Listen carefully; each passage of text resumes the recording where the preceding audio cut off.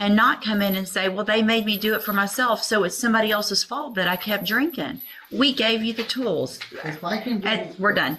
At this, we're done. No, we're done. Mr. Mendoza, turn around. You can say whatever you want, but you're going to face me and you're going to get your sentence. Nobody's saying you went to safety twice. We're saying you went to safety. Hold on. Don't listen. I'm going to let you talk, but don't talk over me. You wouldn't have known about anything because you quit going to probation. You were an absconder. This guy walked into court already in the worst possible position, and somehow he still managed to make everything worse. He's here for a revocation hearing after disappearing on probation, and the attitude he gives a probation officer is honestly wild. I've seen people make excuses before, but replying hot to an arrest warrant has to be one of the dumbest moves you can pull in a criminal case. And as you saw from that short intro in the beginning, what he said to the judge was honestly just insane, too. You can literally feel the judge trying to stay patient while this guy talks like the system is the one messing up, not him. And make sure you guys watch till the end, because the way he tries to explain that email is one of the craziest things I've heard in months. Let me know if you think this guy just doesn't care, or if he's truly that clueless. Let's dive in. Good morning. Are you Anthony Mendoza? Yes, ma'am. And Mr. Mendoza was previously in court and entered pleas of true to counts 1 through 13 in a motion to revoke probation. Currently on probation for driving while intoxicated, third or more. That was a 6-year sentence that was probated for 6 years. I've received an updated pre-sentence report. Has everyone had an opportunity to review that report? Yes, sir. Yeah. Are there any additions or corrections to that report? All right, Mr. Parker, you may proceed. Well, there's a couple of things I want to address. It's a situation I see quite a bit where he's ordered to have the scram and interlock.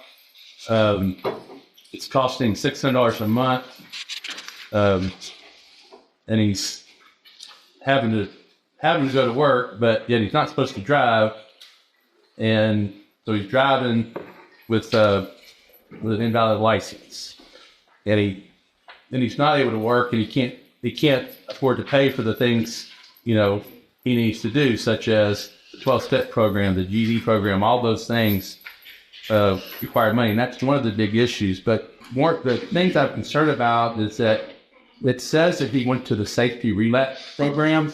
I'm not sure exactly what happened, but he says he never went to the safety relapse program. I don't know if he was ordered to go and he didn't go, but I think he was in custody at the time, and I'm not sure how that happened. But he also says he's never tested positive for cocaine, which is alleged in here. It addresses an issue that he apparently had with one of the directors of the facility where he became combative. And this also, in turn, is tied to a scram device. He ended up developing a big sore on his ankle, so he would put his sock behind the scram device. And in this incident, he was frustrated, and he wanted to take his boot off to show the director the problem what he had. And that's when they were saying that he was being disruptive. He has no other felonies, Judge. He wants to complete his probation. Like to hear what they say and what happened with that. I'm sure the explanation. And I think you'd also like to address the court. Well, let me first make sure I've got the timeline, because it appears that I see that safety he completed and then was placed on zero tolerance and the high medium caseload. After that, there was an issue where he was testing positive again for alcohol and cocaine, which I understand he denies the cocaine, but that's what this alleges. And in October of 2022, I'm assuming through an administrative hearing, was granted relapse safety. Yes, sir. There was a motion to revoke. That was all that came before the court, and he was ordered to go to relapse safety. And he absconded. So he wasn't in custody? No. Okay. And then, so we didn't see him again until August 11th of 2023 when he was arrested in Houston. So here's the thing. You probably didn't get any paperwork. Just come up here to the front in the middle here. From at least October of 2022 until August 11th of 2023, you wouldn't have known about anything because you quit going to probation. You were an absconder. And the only reason we found you is because you were arrested in Houston for aggravated assault with a deadly weapon. The second the judge starts going over the real timeline, I mean, you can literally just tell the whole story this guy's attorney tried to build just falls apart pretty much. People love to make it sound like they missed a few check-ins, but this just wasn't a few weeks. I mean, he vanished for nearly a year. And the funniest part is he just stands there acting like he's a victim of some misunderstanding. Anyone watching this knows that once you disappear that long, you're not struggling. You are running away as fast as possible. And then just finding out he ended up getting arrested on something even more serious just makes the excuses sound ridiculous. I don't think the judge is being harsh at all here. I mean, she's literally just reading the facts he left out. I mean, I've watched enough of these hearings to know judges lose patience fast when people pretend they didn't do exactly what they did. I mean, this isn't some bad look like he makes it seem. This is somebody trying to dodge the whole system. And then in May, we get you back here. You were sanctioned to 180 days in jail. So this is the third time, it looks like to me, that you would have been given an opportunity to remain on probation. Gave you upfront time, continue you on probation. Courtesy supervision was sent to Harris County. And then we have the scram device issues still, alcohol violations, interlock violations, aggressive behavior, ongoing alcohol use. So if you didn't do the relapse safety, it's not anyone's fault other than your own, because if you didn't know about it, it's because you weren't going to probation. Mr. Nichols? Judge, I think it's pretty clear. He was put on zero tolerance a couple of years ago, and here we are on the second time. Third. Multiple times. Yeah. And I don't know what else we could do. So obviously I agree with the probation department's recommendation for revocation. Ms. Martinez, you were supervising, well, Ms. Mendoza was on Harris County, correct? And you are the Jefferson County officer responsible for monitoring. Yes.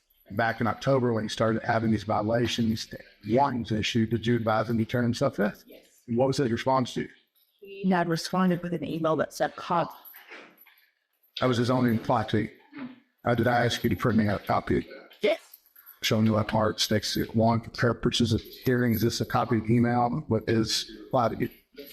To the it's turning in. To the for purposes of this hearing, now for stakes to It's admitted. and is that pretty consistent of his level of cooperation that it's litigation wise? Yes. No question, Jeff. Right, any questions? Just a couple. I want to clarify on the relapse program. You said he was y'all came to court on motion revoked. Is that my understanding? Yes. And so the safety relapse was ordered by Judge Wicks. Yes. And he was here. The defendant was here. Mr. Mendoza was here that time. Okay. Yes. Well, wouldn't he have been taken into custody? Yes. How was this supposed? Okay. It looks like the hearing was completed over the phone. It wasn't my hearing. It was over the phone with the supervisor at that time. Due to him residing in Houston, he reported he had a lack of transportation to report back to the hearing at that time because he had tested positive for alcohol and cocaine. The supervisor had recommended complete relapse safety and issue a warrant for his arrest. I have no further questions for her, Judge. Right, anything I have else? other questions for Ms. Thank you, Ms. Martinez. I think he wanted to address the court, but we never did because Sure. we talked with her. Go ahead. I'd like to tell the court. You're saying I went to safety twice. I mean, Nobody's saying you went to safety twice. We're saying you went to safety. Hold on, don't listen. I'm going to let you talk, but don't talk over me. We're saying that you went to safety and then that you were ordered to go to the safety relapse, but you never came and turned yourself in after that phone call where you were told that there was to be a warrant for your arrest. So no, you never went to safety relapse. Go ahead. She said, I was supposed to tell myself in. That was after this denied violence. But after doing it, so got dropped to misdemeanors terrorists. But so when I was here, y'all let me out. I was trying to work, and they kept saying there was some scam device. Okay. So I was actually at work, and she said, "This is my fault."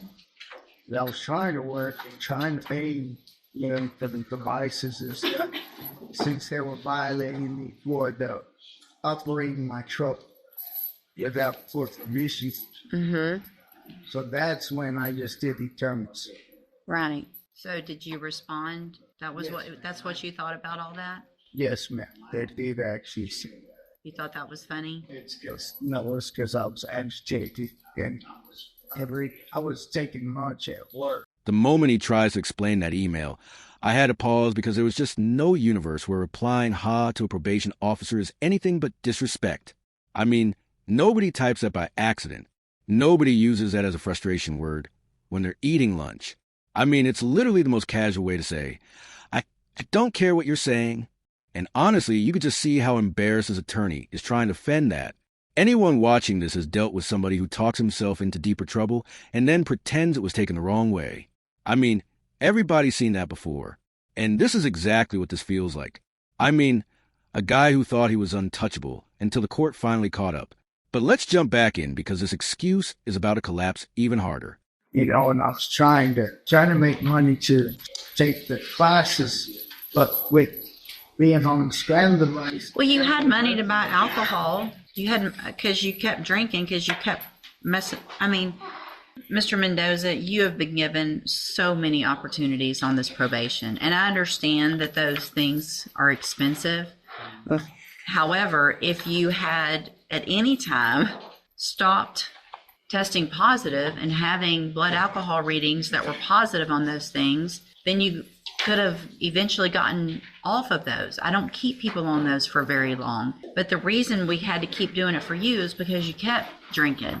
You kept messing up. And so you don't get to say, I kept messing up. I mean, seriously, you got the initial probation in 2021. You got you got safe P.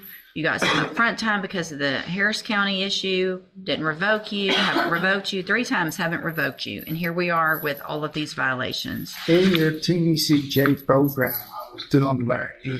The only time I had issues when I had the foot problems, I got lived the halfway house. That's the only reason they said I absconded from the TCJ program. Okay. I'm actually done well through the program, through with the supervisor division. The only time I messed up is when they stopped supervising me and made me go doing these things by myself. Well, I mean, how old are you? 43. 43 years old. And I have no felonies on my record except for this. That doesn't mean anything. You have this felony and you have 6 years hanging over your head. And you've been given all the tools. You went to safety. You got to aftercare. At some point, you have to take those tools and do for yourself and not come in and say, well, they made me do it for myself, so it's somebody else's fault that I kept drinking. We gave you the tools. If I can get We're done. At this, we're done. No, we're done. Mr. Mendoza, turn around. You can say whatever you want, but you're going to face me and you're going to get your sentence. And if at this time I could give you more, I would, I promise you, but I can't. So I'm going to find that you entered your pleas of true to counts 1 through 13 freely and voluntarily. Find those counts true. Find sufficient evidence to revoke your probation, and at this time revoke your probation. Sentence you to 6 years in the institutional division of the Texas Department of Corrections. You will receive credit on that sentence for any time that you've been in custody that the law gives you the right to receive. I'm going to hand you a certification of your right to appeal. This was not an agreement. So you do have some rights to appeal. Y'all need to sign that before you leave right now. You need to sign that you're getting a copy of it, and then we'll give you your copy. And then when you're done with that, you can go back with the bailiff. This whole hearing is literally just a long list of chances he's wasted, and the ending made that pretty clear. It's crazy because the court really did try to keep him out of prison, but you can't disappear for a year and then act surprised when the judge is done giving you breaks. Stuff like this happens way more often than people realize. I mean, somebody gets probation, thinks they can just slack off, and then the whole thing blows up when they're finally caught. I mean, you'd be surprised how many revocation hearings end exactly like this one. What gets me is how easy it would have been to just check in and stay on track. But instead, this guy literally doubled down on excuses and attitude. And yeah, 6 years is a lot, but honestly, it makes sense when you look at how long this went on. Let me know in the comments, guys, if you think the judge was fair or if he should have even gotten more time. Thank you so much for watching, guys. Make sure to like and subscribe and take care as